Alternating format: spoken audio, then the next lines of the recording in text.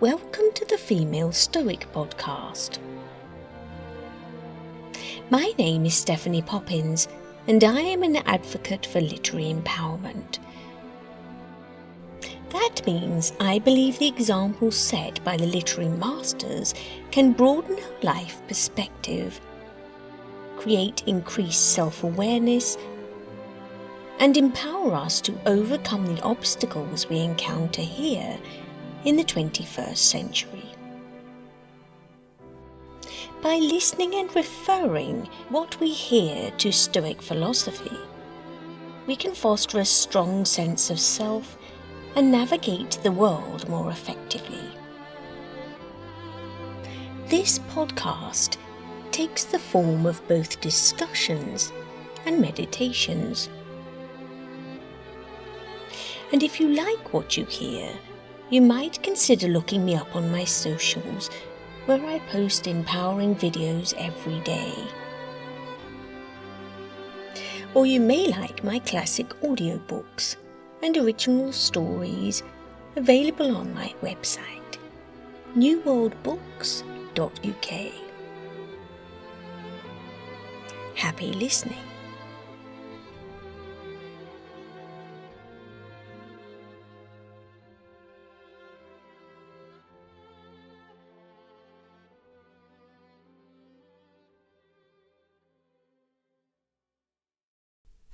And welcome to another episode of the Female Stoic Podcast. And today's episode is entitled, How Do We Conquer Fear as a Stoic Woman? And we will be featuring, and I will be referring to my latest audio drama, Mystery at Meadowbank Cottage, which is serialised on Insight Timer Meditation app. And obviously, of course, making reference to the Stoic Masters. So let us begin. I received a message from Lisa in Leeds asking me to discuss how we manage our fears, as she says it's very hard for her to face up to the pain of the breakdown of her marriage she's been running from for a while now. Thank you, Lisa, for sending that to the podcast. So, as I said in today's episode, I will be referring to my protagonist, Tuesday St Clair, who features in Mystery at Meadowbank Cottage, my latest audio drama. You can hear that on Insight Timer, and check out my other original audiobooks anywhere you listen to audiobooks. So, the question of the day: what would your life look like if fear no longer had a voice? If you didn't have anything to manage, to tame, to negotiate with, imagine waking up every day without hesitation or second-guessing yourself, without an internal voice telling you you're not good enough. What decisions would you make? What doors would you kick open? And what dreams would you chase? Seneca said, our fears are more numerous than our dangers. And I have come to understand this to be true, although I must note fears have also kept me as a woman safe. So I'm asking you to be mindful of how to manage fear and compartmentalize it so it's maintained in its rightful place without overpowering you, rather than negating its value altogether. Let us consider my character, Tuesday St Clair.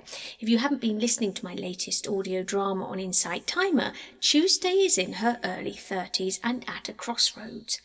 She lives in the city with Robert Shave, who she has now outgrown, for many different reasons, but ever since she lost her parents, she's been suffering with a lack of confidence and has been putting off leaving him. Quote, she knew if she was to return to anything more than a shadow of her former self, she must do something different. And after the conversation she'd had the day before, that meant leaving everything behind: the apartment, the expensive lifestyle, and the live-in leech. So Tuesday realises she has to change something. She's scared, though, because she associates change with something bad, the loss of her parents. She's holding on to this relationship because she's not ready to face another loss.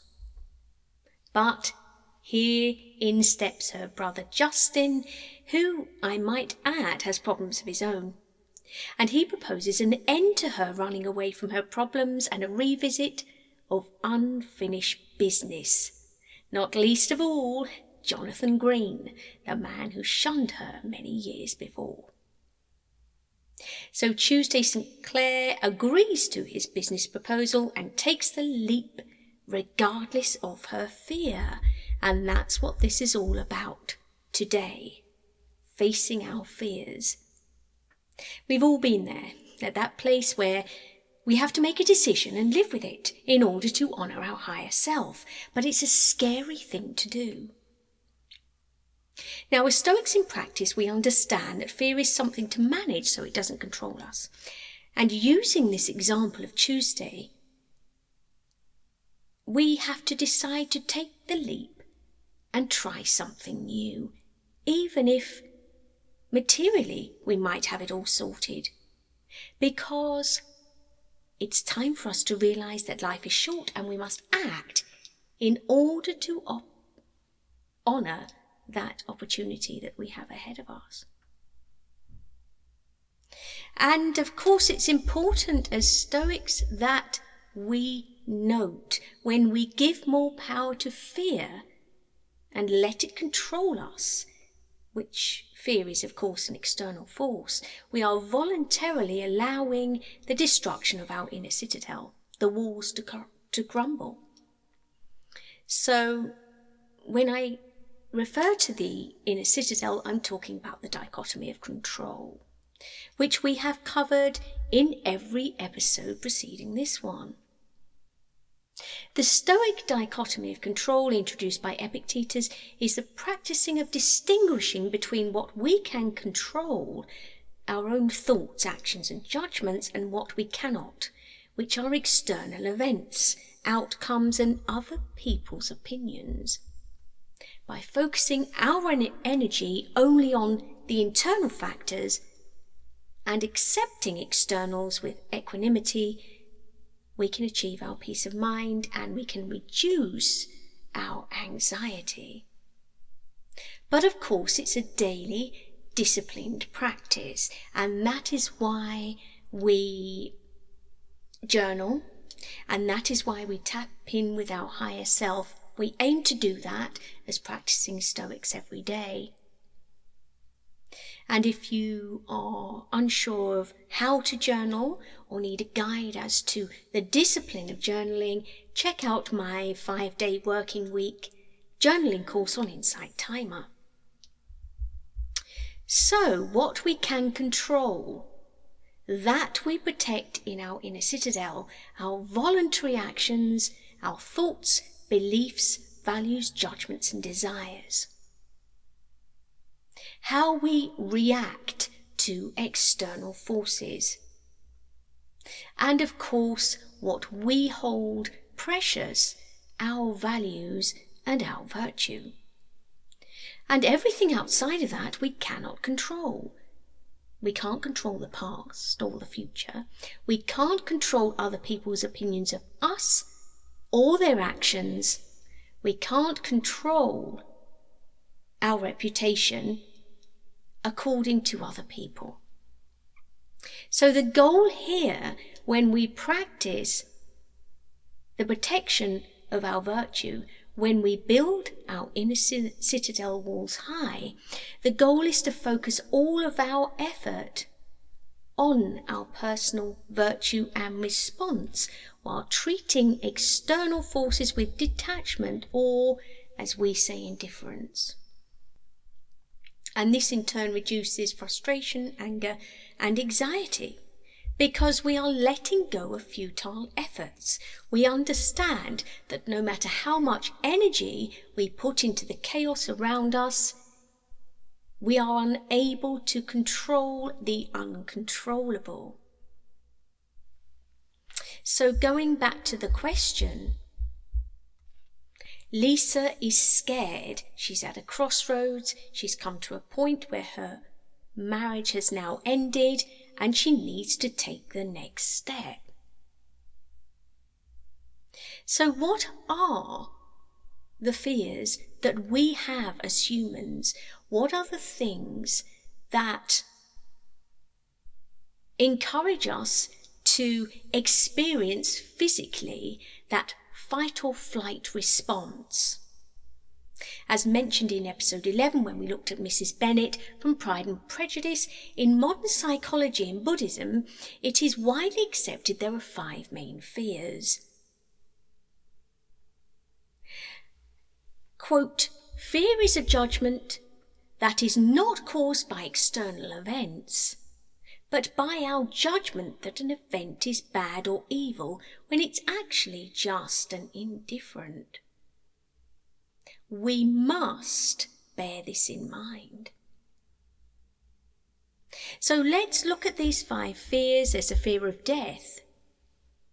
We can associate also this with the fear of something. So every fear we have in modern philosophy is said to be attached to one of our 5 fears. Fear of death, which we can associate with the end of something. Of course, death to our ego is pretty inconceivable, because how can we understand that in which we have no way to experience and live to tell the tale? But the end of things is a similar fear. It's something we can all experience, and we will. So we have the fear of death, fear of illness, which we associate with lack of autonomy, related to the loss of the function of the machine which is carrying us through life. A fear of losing our minds we can associate also with a lack of autonomy. A fear of loss of livelihood, which we can associate with a loss of purpose, and a fear of poverty, and a fear of public speaking or embarrassment in front of other people. So these fears mobilize this full force of our nervous system's threat response. And they can paralyze our decision making, they can drain our energy, and they can prevent us from realizing our full potential. And the reason I refer to these fears is I personally have found it helps to identify which of these categories our personal problem falls into. Which of these categories is associated with the fear we are experiencing, which is related to the problem we have. If we effectively attribute them to reactivity and our irrationality, we can place them firmly in the external forces category. So we identify the fear and we say, I am scared because of X, Y, or Z. This is related to one of the 5 fears. It's related to that fear. I understand, therefore, it's an external force. So how am I going to navigate that?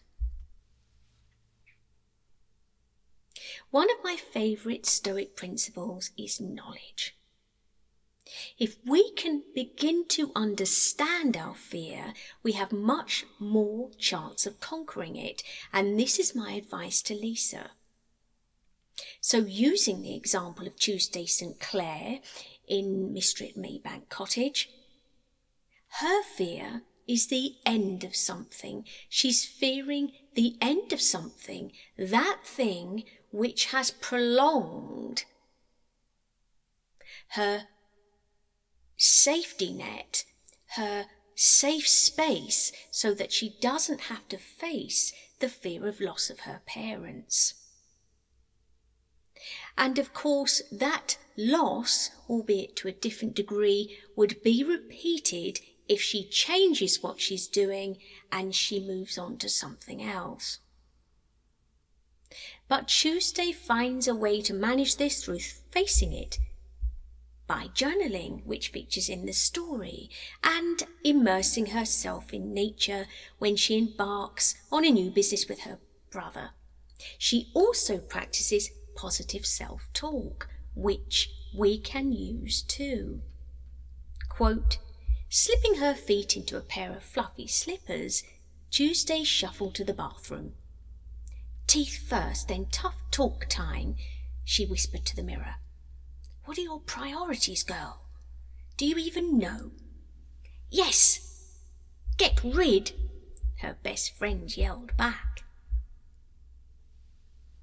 So to go back to Lisa's question, how can she manage her fear? Well, I advise the first step is to recognise and attribute her fear to one of the 5 categories. In this case, Lisa's fear is of being alone. Navigating life alone when she's always lived with someone. This, therefore, is related to the fear of the end of something, and also the fear of embarrassment, as she's now exposed to doing things on her own and therefore personally accountable and visible in a way she wasn't before. So she's attributed now these feelings she's experiencing to one of the fears. She's understanding that actually they have a meaning, they have a space, and they need to be kept within that space and not be taken out of context. When dealing with negative speak or that inner voice of fear, when the thought comes up, her second step is to say out loud, I've already thought that. I thought that before. I've said that already. To look in the mirror, listen to her negative self-speak, those fears that she is repeating over and over, and challenge them. And then once she's done this, remind herself, I'm safe. This is not a threat. I'm safe. This is keeping the walls of her inner citadel high. She is practicing positivity over and over and over again as necessary. It might be 1,000 times a day, but it is necessary to get her through this difficult patch. When she wakes up in the morning and yesterday's fear is replaced by another fear, because that's what the brain's hardwired to do, this confirmation bias, where it's seeking confirmation that all's lost, she has to look at herself in the mirror and say, is that the best you've got? That's pathetic. I've heard that before. You said that before. You are safe and there is no threat. Because the truth is, fear is not her enemy. It's surrender to the fear. Fear is natural, but it only wins when we let it transform our behaviour and we become reactive to it, irrational, and give it more credence, a louder voice than it should have. We are compartmentalizing it. We are creating a distance between ourselves and the fear. The power is in the pause, as I say each week. Otherwise, we will lose our pragmatism and lose the ability to make reasoned choices. Fear is an irrational response to an external force. Lisa's predicament is an external force. It's something that's happened as a result of occurrences that are now beyond her control. It happened as a result of interactions with others that have not worked out in her favour. These things happen regularly in relationships, so now it's time for her to reframe how she views her new situation. She is alone, but that gives her autonomy, that affords her choices. It creates a new beginning, a chance to live solely on her terms.